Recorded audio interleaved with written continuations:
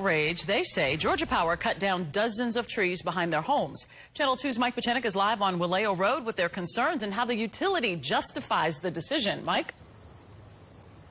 Jovita, prior to the storm, Georgia Power crews were out here cutting away trees, pruning away trees from these very towering power lines that run through this neighborhood here in Roswell.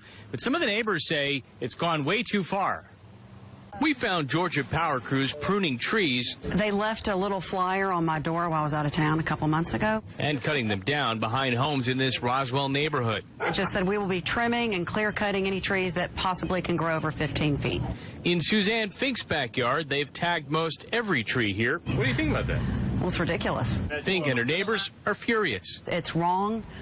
And just because you can doesn't mean you should. I don't understand why they have to do this in areas that are maintained by the neighborhood, by individual homeowners who have spent money and time and effort. It's just very upsetting that after this long of maintaining things, they're going to come in and cut them to the ground like this.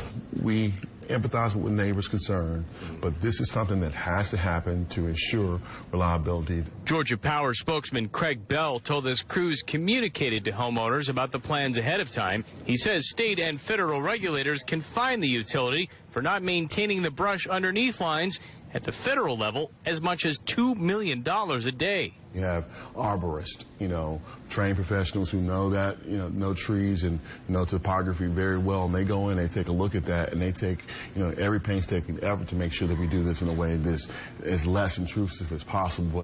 But some of the neighbors say some of the work out here seems to have been arbitrary. Take this tree, for example.